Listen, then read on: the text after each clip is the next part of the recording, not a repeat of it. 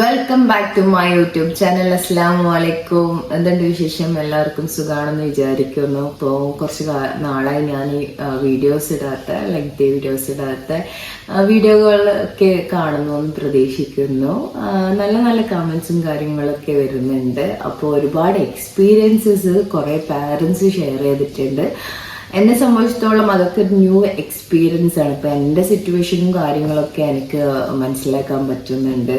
അതുപോലെ തന്നെ എന്നെക്കാളും ഡിഫിക്കൽട്ട് സ്റ്റേജസിലൂടെ കടന്നു പോകുന്ന പാരൻസിനെ ഞാൻ ഇൻട്രാക്ട് ചെയ്യുന്ന സമയത്ത് എനിക്ക് അവരോട് സംസാരിക്കാൻ വേണ്ടിയിട്ട് എന്ത് സംസാരിക്കണം എന്ന് മനസ്സിലാവുന്നില്ല. അത് തന്നെയാണ് എൻ്റെ ലക്ഷ്യം. കൂടുതൽ അവർക്ക് വേണ്ടി എന്തെങ്കിലുമൊക്കെ എൻ്റെ ഒരു എക്സ്പീരിയൻസ് വെച്ച് എനിക്ക് അവർക്ക് പറഞ്ഞു കൊടുക്കാൻ പറ്റുക എന്നതാണ് എൻ്റെ ലക്ഷ്യം.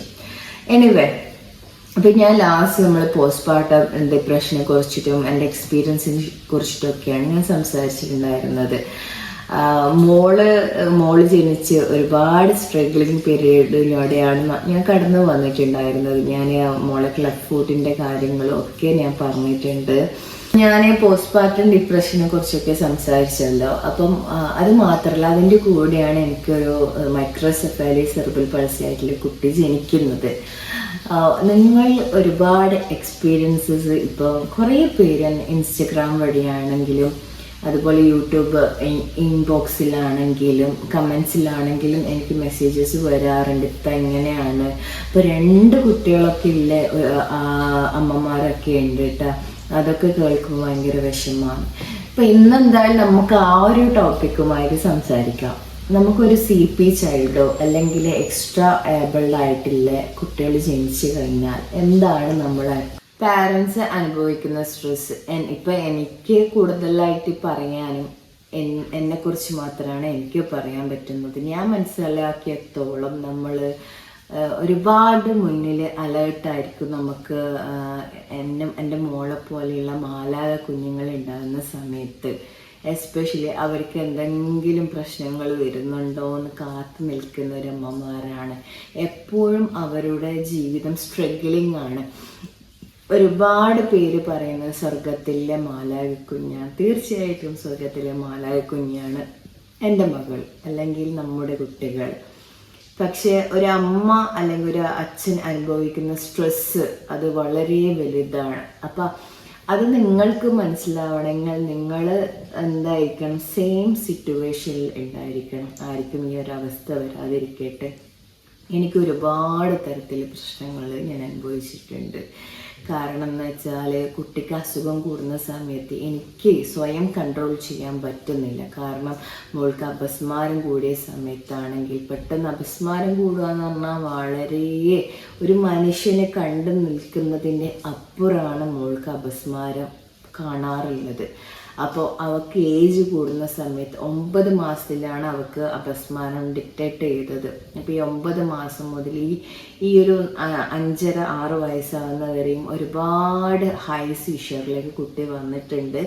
ഞാൻ ഓൾറെഡി പറഞ്ഞു 8-9 മെഡിക്കേഷൻ ഓൾറെഡി അവൾക്ക് ഉണ്ട്. ഇപ്പോൾ ഇവക്ക് സീഷർ എക്സാമ്പിളല്ല, കുറേ ജീവിതത്തിൽ ഒരുപാട് എക്സാമ്പിൾ കുട്ടിയായിട്ടുള്ളത് ഉണ്ട്. പക്ഷെ എനിക്ക് ഏറ്റവും ഓർമ്മയിൽ വരുന്നൊരു എക്സാമ്പിൾ ഞാൻ പറയാം. ഒരു ദിവസം കുട്ടിക്ക് അപസ്മാരം ഉണ്ടായി. അങ്ങനെ ഞങ്ങൾ വീട്ടിൽ നിന്ന് കുട്ടിയെ എടുത്ത് ഓടി നമ്മൾ അടുത്തുള്ളൊരു ക്ലിനിക്കിൽ ചെന്ന് കുട്ടി സാധാരണ രീതിയിൽ കുട്ടിക്ക് കൺട്രോൾ ചെയ്യുന്ന എമർജൻസി പില്ലുണ്ട്, സപ്പോസിറ്റർ, ഡയസെപ്പം സപ്പോസിറ്റർ. അപ്പോൾ അത് കുട്ടിക്ക് കൊടുത്തിട്ടാകും കുട്ടിക്ക് അത് ഓക്കെ ആവുന്നില്ല. അപ്പം അത് ഓക്കെ ആവുന്നില്ലെങ്കിൽ ഇഞ്ചക്ഷൻ ചെയ്യണം. അപ്പം ഇതുപോലെയുള്ള കുട്ടികളുടെ പ്രശ്നം എന്ന് പറഞ്ഞാൽ വെയിൻ കിട്ടാണ്ട് ഭയങ്കര ബുദ്ധിമുട്ടാണ്. കാരണം ഓൾറെഡി അവർ ഭയങ്കര എന്തായിരിക്കും, ടയേർഡായിട്ടുള്ള വെയിൻസ് ആയിരിക്കും, നരമ്പുകളായിരിക്കും. അതുകൊണ്ട് തന്നെ ട്രൈ ചെയ്യാൻ ഇഞ്ചക്ഷൻ വെക്കാൻ ഇവളത് കണ്ടിട്ട്, കാരണം സീഷർ വന്നു കഴിഞ്ഞാൽ അറ്റാക്ക് വരെ വരാനുള്ള ഒരു ഇത് കണ്ടിട്ടുണ്ട്. അതിനെക്കുറിച്ച് കൂടുതൽ ഡീറ്റെയിൽസ് അറിയാത്ത കാര്യങ്ങൾ നമ്മൾ സംസാരിക്കാൻ പാടില്ല. ഇവളെ സീഷർ ഇങ്ങനെ കൂടി എങ്ങനെ നിൽക്കുന്നില്ല, ഹൈ സീഷർ. ഞാനാണെങ്കിൽ ഒന്ന് പൊട്ടി കരഞ്ഞിരുന്നെങ്കിൽ എനിക്കങ്ങനെ സംഭവിക്കില്ലായിരുന്നു. അപ്പം ഇത് കണ്ട് ഞാൻ വിചാരിച്ചു, ആ സമയത്ത് പലതും ഞാൻ ചിന്തിച്ചു. അപ്പോൾ പെട്ടെന്ന് എമർജൻസി ആയിട്ട് വലിയ ഹോസ്പിറ്റലിലേക്ക് മാറ്റണം എന്നും ഒക്കെ പറഞ്ഞു. ഓക്കെ ചെയ്യാമെന്നുള്ളൊരു മൈൻഡിൽ. കാരണം ഞാൻ ഒരു ഉമ്മ എന്നുള്ള രീതിയിൽ അന്നേരം പൊട്ടി നിലവിളിച്ച് കരയല്ലേ വേണം, ഞാനാണ് കരയുന്നില്ല. അങ്ങനെ മോളെ ഞാൻ ഷിഫ്റ്റ് ചെയ്തു. അപ്പോൾ മോൾ ആ സമയമാകുമ്പോഴേക്ക് അവളൊന്ന് കുറച്ച് റെഡിയായി, സീഷർ കൺട്രോളായി. ഏകദേശം ഒരു 1 മണിക്കൂർ നീണ്ട സീഷറായിരുന്നു. അങ്ങനെ ഞാൻ അവിടെ എത്തിക്കഴിഞ്ഞിട്ട് പിന്നെ എനിക്ക് എൻ്റെ മൈൻഡെല്ലാം പോയി. എൻ്റെ കണ്ണൊക്കെ ബ്ലറാകുന്നു, ഇരുട്ട് കയറുന്നു, എൻ്റെ കൈകളൊക്കെ വിറയിൽ വരുന്നു, നെന്നിടിപ്പ് ഭയങ്കര ഹൈ ആകുന്നു, ശരീരമൊക്കെ ഭയങ്കരമായിട്ട് തണുപ്പ് കയറുന്നു. എല്ലാം എനിക്ക് 2-3 തോന്നി. ഇപ്പോഴും എനിക്ക് ആ ലൈവ് ചിത്രമുണ്ട്. അപ്പോൾ ഇന്ത്യാന ഹോസ്പിറ്റലിലേക്കാണ് ഞങ്ങൾ അന്ന് കൊണ്ടുപോയ കാര്യമാണ് പറഞ്ഞത്. അങ്ങനെ ഇവളൊക്കെ പെട്ടെന്ന് ഓക്കെ ആയി അറിഞ്ഞ സമയം തന്നെ ഞാൻ ബോധം കെട്ട് താഴെ വീണു. പിന്നെ ഞാനായി അവിടുത്തെ പേഷ്യൻ്റ്. ഞാൻ എന്നെ വീൽ ചെയറിലാമത്തെ കയറ്റി എന്നെ അവിടെ കിടത്തി. ആ കിടത്തിയെടുത്തുനിന്ന് ഞാൻ ആകെ വല്ലാതായി പോയി. ഭയങ്കര പാനിക് സംഭവം എന്ന് പറഞ്ഞാൽ എനിക്ക് പാനിക് അറ്റാക്ക് ആയതാണ്. അപ്പോൾ എന്നെ 3-4 പേര് കൂടി, എൻ്റെ അപ്പ അമ്മ ഒക്കെ കൂടി പിടിച്ച് വെച്ച് ഇഞ്ചക്ഷൻ വരെ ചെയ്യേണ്ട ഒരു അവസ്ഥ വന്നിട്ട്. കാരണം ഈ കുട്ടിയുടെ ആ ഒരു കാര്യം അനുഭവിക്കാൻ പറ്റുന്നില്ല എനിക്കത് ഒരിക്കലും ഉൾക്കൊള്ളാനോ, ആ മോളെടുക്കുന്ന സ്ട്രെസ്സ് കാണുമ്പോൾ, വേദന കാണുമ്പോൾ അത് ഉൾക്കൊള്ളാനുള്ള ഒരു എബിലിറ്റി എനിക്കില്ല. അങ്ങനെ ഞാൻ ആകെ എന്താ പറയേണ്ട വല്ലാത്തൊരവസ്ഥയിലേക്ക് ഞാൻ എത്തി. അപ്പം അതാണ് ഞാൻ പറഞ്ഞത്, ഇതാണ് ഒരു എക്സാമ്പിളാണ്. അപ്പം എന്നെപ്പോലെയുള്ള പാരൻസിന് എത്ര എക്സാമ്പിൾസ് ഉണ്ടാവും പറയാം. ഇതൊക്കെ നിങ്ങളോട് എന്തിനാ പറയുന്നത് വെച്ച് കഴിഞ്ഞാൽ നിങ്ങൾ കേൾക്കണം എന്നില്ല. പക്ഷെ എന്നെപ്പോലെയുള്ള ആൾക്കാർക്ക് ഇതേപോലെ കഥകൾ കേൾക്കുമ്പോൾ ഞാനും ഇതേപോലെ അനുഭവിച്ചിട്ടുണ്ട് എന്ന് കേൾക്കുമ്പോൾ അവർക്കും കൂടെ ഒരു പ്രചോദനമാണ്. ഞാൻ മാത്രമല്ല, ഒരുപാട് അനുഭവിക്കുന്ന ആൾക്കാരും ഉണ്ട്. അതുകൊണ്ടാണ് ഞാൻ എൻ്റെ എക്സ്പീരിയൻസസ് ഷെയർ ചെയ്യുന്നത്. അപ്പോൾ ഹൈ സീഷറുള്ള കുട്ടിയെയും അതുപോലെ CP മൈക്രോസെഫൽ ആയിട്ടുള്ളൊരു കുട്ടിയെ വളർത്തിക്കൊണ്ടുവരുത്തുന്ന പറഞ്ഞാൽ ഇറ്റ്സ് ചാലഞ്ചിങ് ഫുള്ളാണ്. അപ്പം എൻ്റെ കുട്ടിയുടെ കാര്യമാണ്. അതുപോലെ പല കേസസിലെ കുട്ടികളെ ഞാൻ കാണുന്നത്. ഹൈഡ്രോസെഫാലിസ് ഒരുപാട്. ഇപ്പോൾ ഇന്നാൾ ഇൻസ്റ്റഗ്രാമിൽ തന്നെ ഞാനൊരു കുട്ടിയുടെ കാര്യങ്ങൾ അറിഞ്ഞു. അത് വേറൊരു ജനറ്റിക് ആയിട്ടുള്ളൊരു ഡിസോർഡറാണ്. ഒന്നും ചെയ്യാനില്ല കുട്ടീനെ, ഒന്നും ചെയ്യാനില്ല. ഒരു 63 ദിവസം മാത്രമേ ആ കുട്ടിക്ക് പ്രായമുള്ളൂ. ദുആ ചെയ്യാന്നല്ലാതെ വേറൊന്നും ചെയ്യാനില്ല.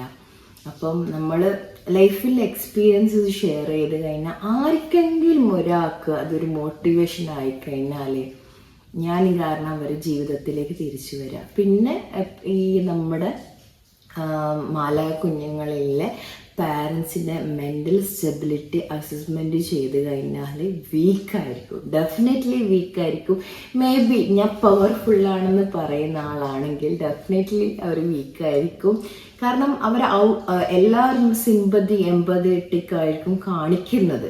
അപ്പം അതുകൊണ്ട് അവർ അതൊന്നും വേണ്ട എന്നുള്ള രീതിയിൽ അവർ ഭയങ്കര പവർഫുള്ളായിട്ട് കാണാം. ഇപ്പം അങ്ങനെ കാണുന്നില്ല ആൾക്കാരോട് ഞാൻ പ്രത്യേകം പറയാം, നിങ്ങൾ ആരുടെ മുമ്പിലും നിങ്ങൾ എല്ലാവരുടെ മുമ്പിലും നിങ്ങൾ പവർഫുള്ളായിട്ട് ഇരിക്കുക, കുഴപ്പമില്ല. പക്ഷേ നിങ്ങളുടെ ഉള്ളിൽ ആ വിഷമം നിങ്ങൾ പൊട്ടി കരഞ്ഞ് തന്നെ നിങ്ങൾ തീർക്കണം. അലമുറ ഇട്ട് കരഞ്ഞ് നിങ്ങൾ ആ വിഷമം നിങ്ങൾ പുറത്തേക്ക് എത്തിച്ചാൽ മാത്രമേ നമ്മൾ മാലാ കുഞ്ഞുങ്ങളെ നല്ല രീതിയിൽ നോക്കാൻ പറ്റൂ. നിങ്ങൾക്കത് ഹീൽ ചെയ്ത് വരാൻ പറ്റുന്നില്ലെങ്കിൽ ഞാൻ പറഞ്ഞ ഒരുപാട് സിംറ്റംസ് ഉണ്ട്. അപ്പം അത് നിങ്ങൾക്ക് കാണാൻ ഉണ്ടെങ്കിൽ നിങ്ങൾ എന്തായാലും സൈക്കോളജിസ്റ്റിനെയോ ഇനി അതും പറ്റുന്നില്ല സൈക്കാട്രിസ്റ്റിനെയോ മസ്റ്റായിട്ട് കൺസൾട്ട് ചെയ്യുക. ഇതാണ് എനിക്ക് നിങ്ങളോട് പറയാനുള്ള ഒരു ഒപ്പീനിയൻ. അപ്പോൾ ഇന്നത്തെ ചെറിയൊരു വ്ളോഗായിട്ട് ഞാൻ വന്നത് ഈ ചെറിയ കാര്യങ്ങൾ പറയാണ്. എനിവേ നെക്സ്റ്റ് വീഡിയോ ആയിട്ട് വരുന്നതായിരിക്കും. Bye, signing off Shahabeen. By.